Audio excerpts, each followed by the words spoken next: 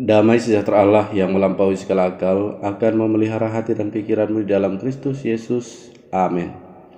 Shalom saudara-saudara yang terkasih dalam nama Yesus Kristus. Selamat berjumpa kembali melalui channel ini untuk mendengarkan firman Tuhan yang menjadi khotbah pada minggu ke-20 setelah Trinitatis tanggal 22 Oktober 2023 dengan tema Allah sumber keselamatan yang didasari pada nats firman Tuhan dalam Yesaya 45 ayat 1-7. Saudara-saudara, saya akan bacakan nats firman ini untuk kita. Mari kita mendengarkannya. Tuhan memakai Kores sebagai alatnya. Beginilah firman Tuhan.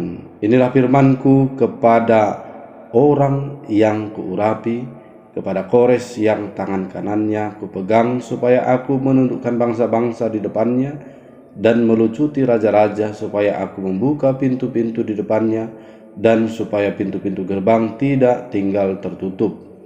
Aku sendiri hendak berjalan di depanmu dan hendak meratakan gunung-gunung, hendak memecahkan pintu-pintu tembaga dan hendak mematahkan palang-palang besi. Aku akan memberikan kepadamu harta benda yang terpendam dan harta kekayaan yang tersembunyi, supaya engkau tahu bahwa akulah Tuhan Allah Israel yang memanggil engkau dengan namamu. Oleh karena hambaku Yakub dan Israel pilihanku, maka aku memanggil engkau dengan namamu, menggelari engkau sekalipun engkau tidak mengenal aku. Akulah Tuhan dan tidak ada yang lain kecuali aku, tidak ada Allah.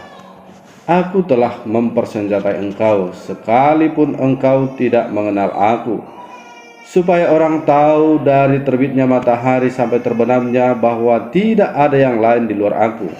Akulah Tuhan dan tidak ada yang lain, yang menjadikan terang dan menciptakan gelap, yang menjadikan nasib mujur dan menciptakan nasib malang. Akulah Tuhan yang membuat semuanya ini.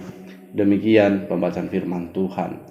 Saudara-saudara yang terkasih dalam nama Yesus Kristus, mengawali firman ini ada sebuah kisah tentang dua orang laki-laki yang mengadakan perjalanan jauh, di mana yang satu adalah orang saleh dan yang satunya lagi adalah orang yang tidak percaya kepada Tuhan.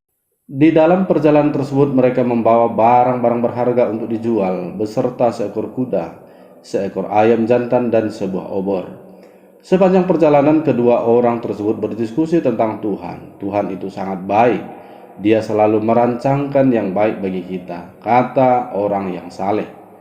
Aku tidak yakin dengan apa yang engkau katakan, dan kita akan melihat apakah Tuhan memang baik selama kita melakukan perjalanan ini, jawab orang yang tidak percaya Tuhan.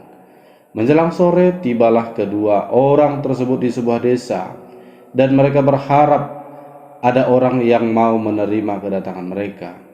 Kedua orang tersebut sudah hampir mendatangi semua rumah di desa itu, tetapi tidak seorang pun yang bersedia menerima mereka. Terpaksa kedua orang itu pergi ke hutan yang tidak jauh dari desa itu. Kau bilang Tuhan itu baik, kata orang yang tidak percaya Tuhan. Ya, pasti menurut Tuhan bermalam di hutan ini merupakan yang terbaik bagi kita, kata si saleh. Setelah menempatkan kuda, mereka pun memasang tenda. Tak lama berselang, terdengarlah suara binatang buas di tempat di mana mereka menempatkan kuda. Ternyata seekor singa menerkam kuda mereka. Kedua orang itu pun cepat-cepat menyelamatkan diri dengan memanjat pohon besar di sekitar mereka. Masih beranikah engkau mengatakan bahwa Tuhan itu baik? Kata orang yang tidak percaya Tuhan.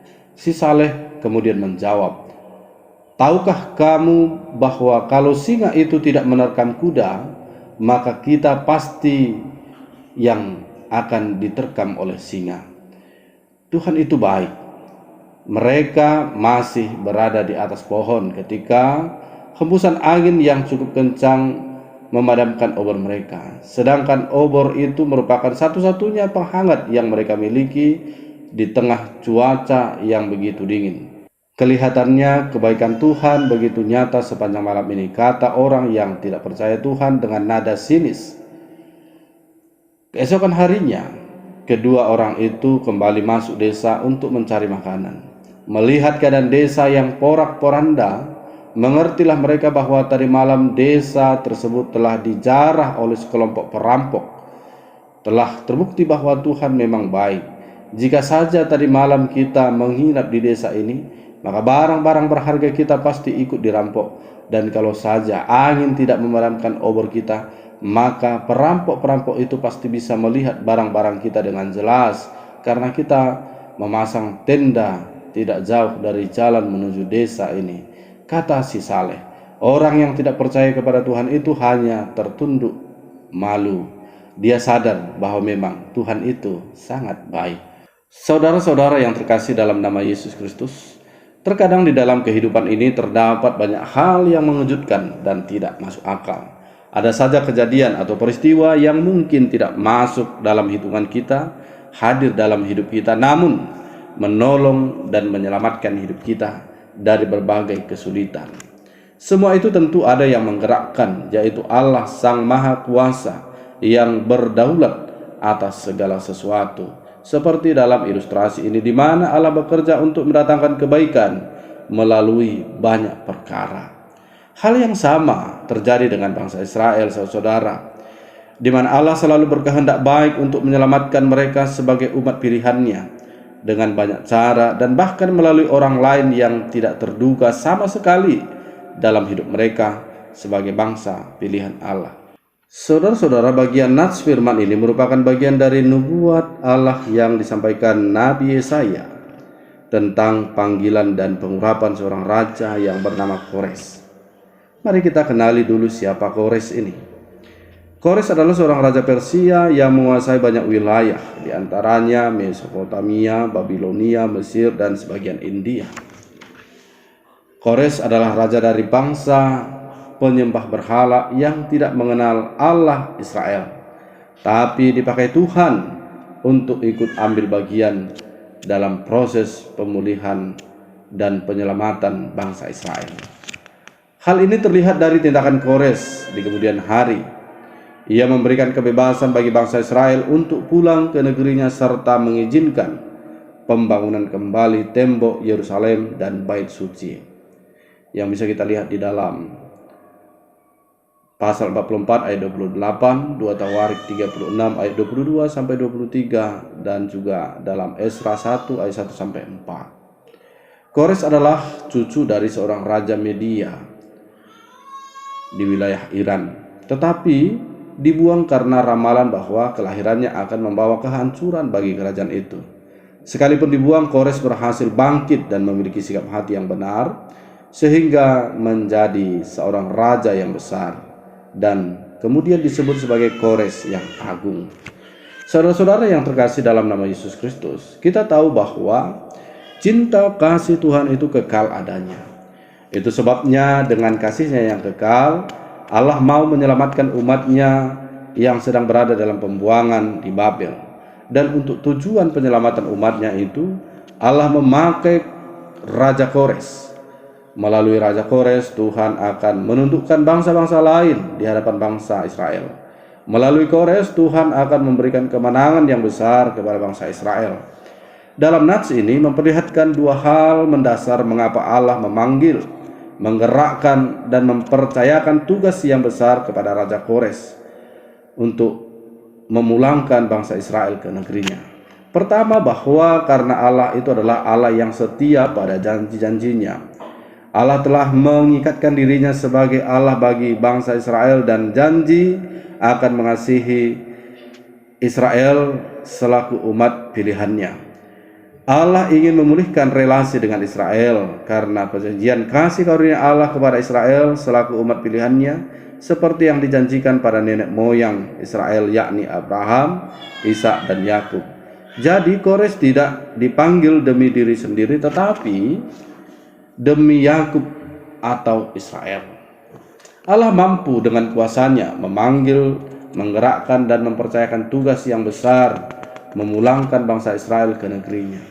Melalui Kores, Tuhan bekerja dalam sejarah penyelamatan hidup Israel selaku umat Allah.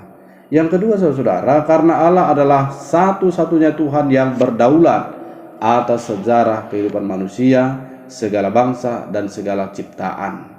Tindakan Allah yang mengasihi dan menyelamatkan Israel melalui Raja Kores hendak membuktikan bahwa Allah adalah satu-satunya Tuhan yang tidak dapat dibandingkan dengan ilah-ilah lain di dunia ini. Kedaulatan Allah Israel itu ditegaskan pada ayat 6 dengan berkata, supaya orang tahu dari terbitnya matahari sampai terbenamnya bahwa tidak ada yang lain di luar aku. Akulah Tuhan dan tidak ada yang lain. Ya, Tuhan berdaulat atas hidup dan masa depan manusia dalam segala hal dan berdaulat pula atas alam semesta. Dengan demikian saudara jelas bahwa bukanlah Kores yang hebat yang mampu menaklukkan Babel dan membawa bangsa Israel pulang ke tanah perjanjian, tapi di balik kekuasaan dan kejayaan Kores sesungguhnya nampak kasih Allah yang besar dan kedaulatan Allah yang sedang berlaku bagi umat pilihannya. Ya, Tuhan adalah Allah yang penuh kasih, yang menciptakan dan yang berdaulat atas segala sesuatu termasuk keselamatan umatnya.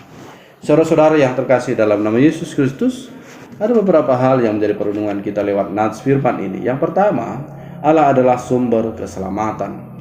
Allah punya otoritas yang mutlak untuk memakai siapa saja dalam kaitannya dengan pemulihan relasi umatnya. Yang jelas, Allah selalu menunjukkan kasih dan membela umatnya serta tidak pernah ingkar janji terhadap umatnya. Maka dengan kenyataan ini sepatutnya kita sebagai umat Tuhan wajib menjalani seluruh kehidupan kita dengan optimis, penuh semangat, karena kasih Tuhan tidak pernah pudar dan dengan caranya sendiri akan menolong kita, menyelamatkan kita dalam berbagai perkara. Yang kedua saudara, seringkali kita membatasi kehendak Tuhan sebatas logika kita. Apa yang bagi kita tidak masuk akal, Allah sanggup melakukannya. Jika kita lihat apa yang Tuhan nyatakan pada hari ini, maka kita akan belajar bahwa Tuhan bisa menggunakan siapa saja, walaupun itu orang yang tidak seiman, bahkan mungkin musuh kita, untuk menjadi alat di tangannya.